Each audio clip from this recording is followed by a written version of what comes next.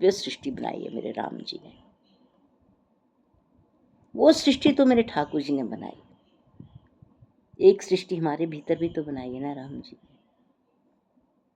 इतनी बड़ी सृष्टि बनाई है महाराज। हमारा ये बॉडी का पार्ट जो है, यहाँ से लेकर हमारे लेग्स के ऊपर जो है, जो हमारे नीचे के ऑर्गन्स हैं, सिर्फ हमारा कितना ये शरीर होगा और कितना डायफ्राम इसका होगा, इतना सा, इतना सा। बाकी तो हमारी फैट ही है ना, बाकी तो हमारी मोटाई है या हमारे मसल्स हैं या हमारा जो भी है। पर उसके हमारे शरीर के इतर भगवान ने इतनी सुंदर सृष्टि की है, इतनी सी जगह में सारे ऑर्गन्स आ गए हैं। वही लीवर है साथ में, वही स्टमक है, वही सब कुछ है, सारा कुछ इसी डायफ्राम में आ गया। अगर हम देखा जाए, हमारी सारी फैट खत्म हो जाए, हमारा कुछ भी ना रहे, हम कितने पतले हैं। चलो बेबी को ले लो, बेबी कितनी पतली है, सब हमारे सब में से बहुत पतली है बेबी। अब बेबी के अंदर यहाँ से लेकर यहाँ तक सारे सृष्टि के भगवान ने जो अंग बनाए उसके पास है, उसका कोई स्पेयर पार्ट नहीं है, सारे वही शुद्ध पार्ट्स है ना। तो वो जो भगवान ने सृष्टि हमारे अंदर बनाई है, उस सृष्टि के अंदर फिर कितने कारीगर काम कर रहे हैं, जिनको हम सेल कहते हैं। सेल के अंदर सेल, सेल के अंदर सेल, सेल के अंदर सेल, मतलब एक कोई नाड़ी भी चल रही है ब्लड की तो उसके अंदर भी सेल है, फिर उसके अंदर एक और सेल है। तो ये तो हम थोड़ा सा मोटापन जानते हैं, मोटी मोटी चीज़ें जानते हैं। आपको ये पता है कि आपकी मेडिकल साइंस के अलावा हमारा जो नारद भक्ति अंक है, हमारे जो शिव पुराण अंक हैं, बहुत प्राचीन अंक जो कि 1940 से पहले या 1950 से पहले जो रचे, बड़े बड़े अच्छे महात्मा लोगों ने रचे हैं, उसमें तो आपको ये तक बताया गया है कि कब आपके शरीर में वायु प्रवेश करेगी, कब वायु के माध्यम से आपके अंदर जीव आ जाएगा, वायु के माध्यम से। देखो वैसे तो जो मेडिकल चीज़ है वो अलग कहती है, वो बिल्कुल ठीक है, जब तक दो प्राणी नहीं मिलेंगे बेबी नहीं होता। और फिर वो भगवान जो ऊपर से वायु के द्वारा जो आपके अंदर किसी सृष्टि की, जैसे कोई बेबी की आपके अंदर रचना करते हैं, वो वायु के माध्यम से आत्मा जीव आती है। वो भी आपके अंदर कैसे आती है, वो उसको अलग सिस्टम है। अब जब भगवान श्री कृष्ण कहते हैं कि मैं उस घर में जीव को भेजता हूँ कि जो भक्त लोग हैं, भक्त के घर भक्त सृष्टि भेजना है। फिर आगे शास्त्र ये कहते हैं कि जो आत्मा, जो शरीर है, वो भी चुनते हैं कि हमें किसके घर जाना है। जैसे पिछले जन्म में हमने भगवान का थोड़ा भजन ध्यान किया होगा, तो हमने चुना कि हमने पिताजी मम्मी के घर जाना है। या तुमने बच्चों ने सोचा कि हम इस, जब तुम्हारा अभी कुछ नहीं बना था, अभी तुम वायु रूप में थे, जैसे निन्नी है, बेबी है, या छोटे बच्चे अभी हैं घर में, उन्होंने ये सोचा कि वो जो पिछले जन्म के थे फिर भगवान धाम में चले गए, तो वो वायु के रूप में उनको आना है। तो भगवान ने उनको चॉइस दी कि तुम कहाँ जाना चाहते हो। बोलो हम भक्त के घर जाना चाहते हैं, क्योंकि उनकी पिछली भक्ति थी। तो कहते वो जीव आत्मा को भी ये अधिकार है, ये राइट है कि उसने किस घर में जाना है, वो प्रार्थना करेगा। और भगवान की कृपा ये कहती है कि मैं तुमको इस दर्जा दे। हिरण्यकश्यप तो राक्षस था पूरा, उसके घर प्रहलाद जी कैसे आ गए, इतने भक्त कैसे आ गए। वो भगवत कृपा थी कि मैं इसको ऐसे भेजूंगा, सारी सृष्टि को पता लगेगा कि एक छोटा सा बच्चा कैसे मेरी भक्ति में, कितना दृढ़ विश्वास है, कहने की बात नहीं। और भक्त की, और उसमें मैं उसी के माध्यम से मैं बताऊंगा कि भगवान रक्षा कैसे करते हैं। पहाड़ से गिरा दिया गया, अग्नि में डाल दिया गया, उसको काटा गया, सब करा गया, वो फिर बच के बैठ गया। भगवान कहते एक भक्त आत्मा, चाहे मैं दुष्ट के घर भेज दूँ, वहाँ भी मैं बताऊंगा कि मेरी शक्ति कैसे काम करती है। क्योंकि वो जो सृष्टि है ना भगवान की, वो बिल्कुल अलग है। हमारा मेडिकल साइंस विज्ञान बहुत तरक्की कर गया, पर एक इससे पहले, इस सब होने से पहले, मेडिकल साइंस होने से पहले, मतलब शुरू होने से पहले, एक और बहुत बड़ी विज्ञान है जो शुद्ध विज्ञान है। वो जो वहाँ से चलता आ रहा है वो बताता है।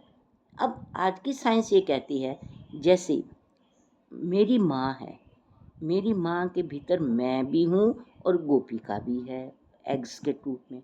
अब ये शास्त्र क्या कहते हैं, शास्त्र ये कहते हैं कि जो अगर तुम भक्त हो, तुम्हारे घर कौन सी आत्मा ने आना है वो पहले से डिसाइडेड है।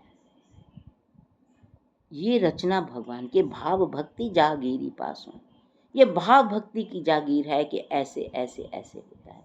अच्छा, फिर आपके जीवन में संत कैसे आते हैं? वो तो आपकी माई बाप नहीं है, वो आपकी लाइनेज में भी नहीं है, वो कहाँ से आ जाते हैं? वो भी भगवान की कृपा है। भगवत कृपा जो है वो अनंत है, वो किस रूप में आकर तुम्हारा कल्याण करेगी, परम कल्याण करेगी, वो बिल्कुल अलग है। अब हमारा जो कल्याण हो रहा है, इसीलिए मैं बार बार सबको हाथ जोड़कर प्रार्थना करती हूँ, बच्चों को भी, आप सबको प्रार्थना करती हूँ, कुछ भी हो जाए रामायण जी नहीं छोड़नी, रामायण जी नहीं छोड़नी, क्योंकि ये साक्षात श्री भरत जी हैं, साक्षात हनुमान जी हैं, साक्षात ठाकुर जी हैं, युगल सरकार हैं, साक्षात लक्ष्मण जी हैं, शत्रुघ्न जी हैं, भगवान शंकर पार्वती जी हैं, गणेश जी हैं, शरानंद जी हैं, श्री हरि नारायण जी हैं, ओम नमो भगवते वासुदेवाय, राधा कृष्ण जी हैं, ये सब इसी में है, इसको नहीं छोड़ना, क्योंकि इसी से ये परम संत हमारे जीवन में है, परम परम संत है। भगवान ने अगर हमें अपनी कृपा, देखो सृष्टि में तो बहुत लोग हैं, अरबों अरबों लोग हैं, सबके पास तो रामचरितमानस नहीं है। जब हमको कृपा करके ठाकुर जी ने इस ओर लगाया है और इस सृष्टि में, हम कहेंगे कि देखो जो हमें दिखता है हम उसका भजन करें, हम बाकी क्यों करते जो हमें पता ही नहीं, हम इमेजिनेशन क्यों करते फिर, क्यों करें इसको, हमें क्या जरूरत है, हमें तो दिखता कुछ है नहीं है, ऐसे ही उसमें रहें, कल्पना करते रहे, बजाय कि एक स्पष्ट सृष्टि में जिए, जो हमें दिखते हैं उनके साथ रहें। पर आपको ये नहीं पता, बहुत बड़ी बात हनुमान जी इस वक्त बता रहे हैं, बहुत बड़ी बात।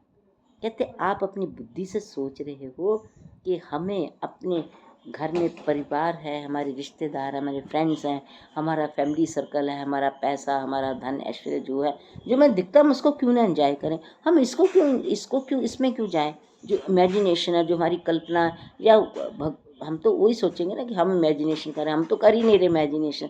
अगर मैं इमेजिनेशन करूं, ऐसे सत्संग करना कर ही नहीं सकते, कभी एक भी नहीं हो सकता। तो वो फिर वो उसका हम क्यों भजन कर रहे हैं, जो मैं दिख ही नहीं रहा, उसका भजन क्यों कर रहे हैं? इसका प्रश्न का मुझे उत्तर दो, हम उसका भजन क्यों कर रहे हैं? क्योंकि हम जो संसार में डूबे हुए हैं ना, सारे आसपास के सर्कल में, वातावरण में, वो कहीं ना कहीं हमें दुखी करता है, व्यथित करता है, हमें कष्ट देता है, बीमारी भी आती है तरह तरह की, खान पीन से, सब तरह से वो हमें व्यथित करता है। फिर हमें सुरक्षित कौन रखता है? यही जो सृष्टि हमें दिख नहीं रही है, जिसका हम भजन कर रहे हैं, वो एक ऐसी सृष्टि है छुपी हुई, वो ऐसी सृष्टि है, वो ये नहीं बताती कि तुमने मरना कब है, तुम्हारा कल का दिन कैसा होगा, वो सृष्टि हमें नहीं बताएगी, पर वो कर रही है।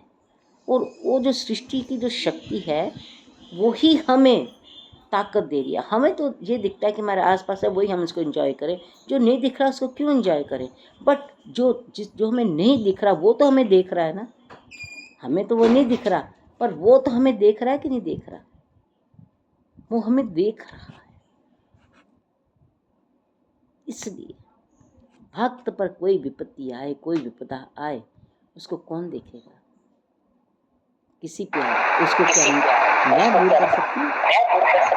कौन दूर कर सकता है उसको? कोई दूर नहीं कर सकता। इसलिए जो गीता असली आनंद तो यो दिंदा ना, हाँ वो असली आनंद, एवरलास्टिंग आनंद तो यो दिंदा ना, नाम ही दिंदा, ठाकुर जी दिंदा, वो सत्य आनंद, वो सत्य आनंद, वो सच्चा है, सुच्चा है, सुच्चा भी है, सच्चा भी है। ये किसी का माइक मेरे को ऑन हो गया, मुक्ता जरा पापा का देखना। तो वो जो आनंद है वो सच्चा और सुच्चा, जो कि हम सोचते हैं कि दिखता नहीं है, और वो जो नहीं दिख रहा, जैसे हम रामचरितमानस में पढ़ रहे हैं, कोई प्रसंग है, एक मिनट। मुक्ता, बेटा ये दादू का फोन माइक ऑन है तो बंद करो, जरा बंद कर दो बेटा। वो जो है ना